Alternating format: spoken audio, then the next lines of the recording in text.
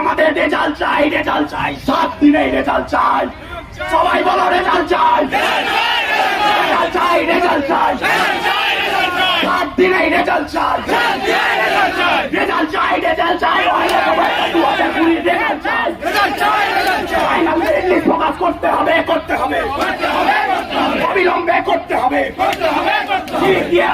আজ যার সাথে পরিচয় করাবো সে একজন মানে স্বাধীনতা সংগ্রামী বললেও ভুল হবে না, সত্যিকারের স্বাধীনতা সংগ্রামী বললেও ভুল হবে না। আমাদের এই রেজাল্ট আনার পেছনে এর অবদান অনেক রয়েছে, মানে তাড়াতাড়ি রেজাল্ট আনার পেছনে এর অবদান অনেকটা রয়েছে। অনেকবার ডেপুটেশন দিয়েছে, অনেকবার আন্দোলনে গেছে, তারপর আমাদের সেই রেজাল্ট আমরা হাতে পেয়েছি। হয়তো আরও আমাদের 2 মাস বা 4 মাস বা 6 মাস ওয়েট করতে হতো, কিন্তু পিআরবি বোর্ডে বারবার ডেপুটেশন দেওয়ার ক্ষেত্রে এনার অবদান অনস্বীকার্য। সেই কুণাল ঘোষ তোমরা হয়তো অনেকেই চেনো, যে সংগ্রামে লড়াই করেছিল, তো সেই তার আজকে তিনি বলবেন তার জীবনের সেই সাকসেস স্টোরি, বা তিনি কিভাবে সফলতা পেয়েছেন, কিভাবে তিনি আন্দোলনেও গিয়েছিলেন একসময়, আজ তিনি কিভাবে ট্রেনিং করছেন। তো বলো। প্রথমেই ধন্যবাদ জানাই আমার বন্ধু তথা কলিগকে আমাকে তার চ্যানেলে একটা সুযোগ দেওয়ার জন্য।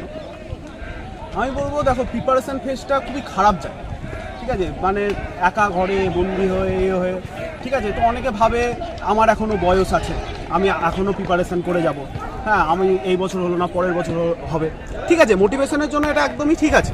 কিন্তু আমি বলবো, তোমরা যত তাড়াতাড়ি পারো তত তাড়াতাড়ি এই বেশি ভ্যাকান্সিতে এই সুযোগ তুমি আবার আসবে কিনা তুমি জানো না, তো এই ভ্যাকান্সিতে তুমি সেই সুযোগটা ছিনিয়ে নাও। প্রিপারেশন ফেজটা কিন্তু ভালো নয়, একদমই ভালো নয়। ওই ঘরে বসে সব কিছু ছেড়ে, বন্ধুদের আড্ডা ছেড়ে ওই সারাদিন পড়ো পড়ো পড়ো, এটা ভালো নয়, ঠিক আছে। তোমরা যত তাড়াতাড়ি পারো এই বিপুল ভ্যাকান্সিতে তোমরা ছিনিয়ে নাও নিজের সিটটা, আর কখনো পিছু পাও হয়েও না, ঠিক আছে। আর তোমরা পশ্চিমবঙ্গ সরকারের চাকরি করতে গেলে তো জানোই, হ্যাঁ, একটু সংগ্রাম করতেই হবে, কিছু করার নেই। আমরাও করেছিলাম, হ্যাঁ, প্রোটেস্ট করেছিলাম, আন্দোলন করেছিলাম, ডেপুটেশন দিয়েছিলাম। অনেকে ভাবতো ঠিক আছে ওরা যাচ্ছে, আমি আর গিয়ে কী হবে, এরকম কখনো ভাববে না। হ্যাঁ, তুমি পড়াশোনাও একটা যেরকম আমাদের স্টেপ, ঠিক সেরকমই পরবর্তীতে যদি তোমাদের আন্দোলনে যেতে হয়, প্রোটেস্টে যেতে হয়, ডেপুটেশন দিতে হয়, সেগুলো একটা স্টেপ। তো ওইগুলোর জন্য একটু মেন্টাল প্রিপারেশান তোমাদের রাখতে আমি বলবো।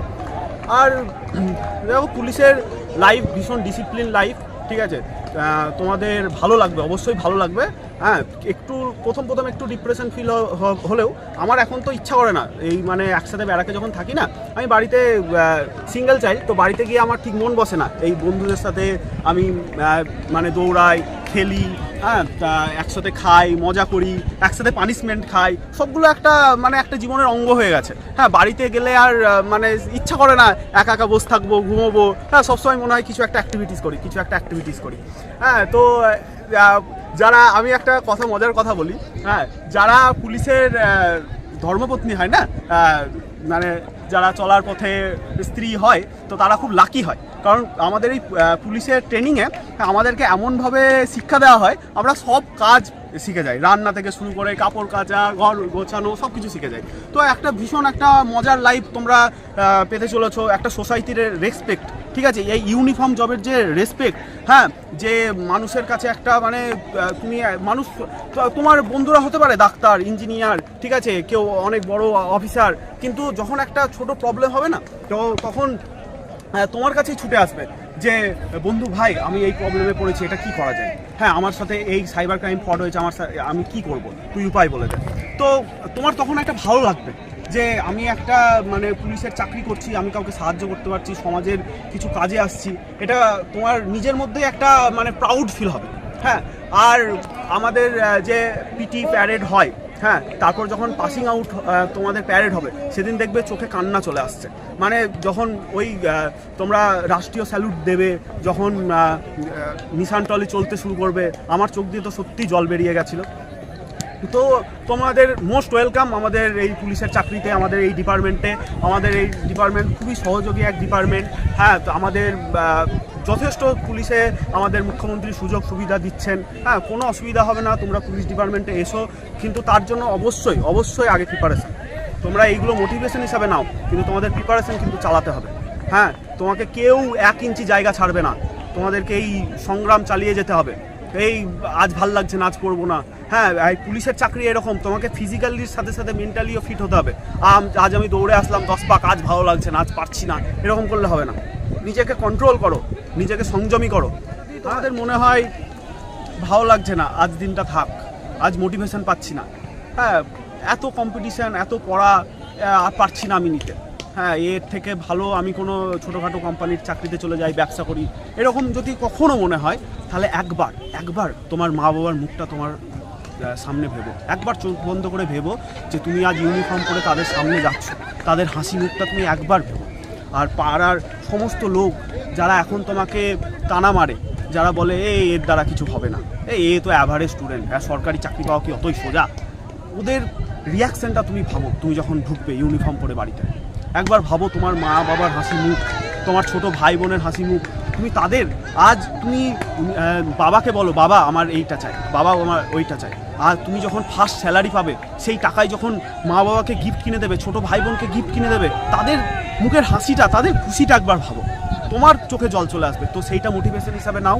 হ্যাঁ কখনো যদি মনে হয় যারা অলরেডি চাকরি করছে তাদের প্রোফাইলটা দেখো, তারা নিজেদের উইশ লিস্ট কী করে পূরণ করছে।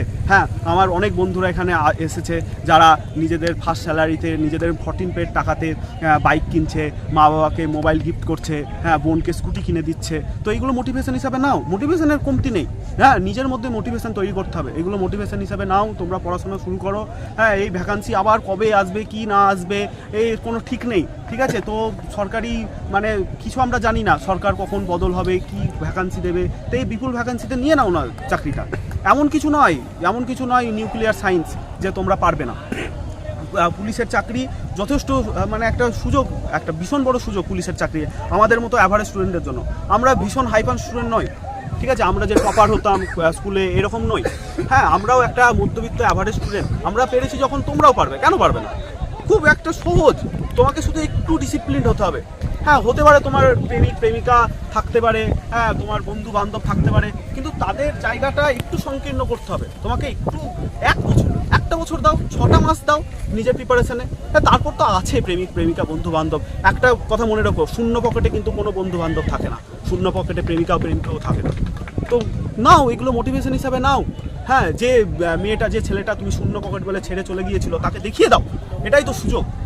তাই মানে আমার রিকোয়েস্ট তোমাদের কাছে, সময় নষ্ট করো না, যাও এক্ষুনি বইটা খোলো আর পড়তে বসো।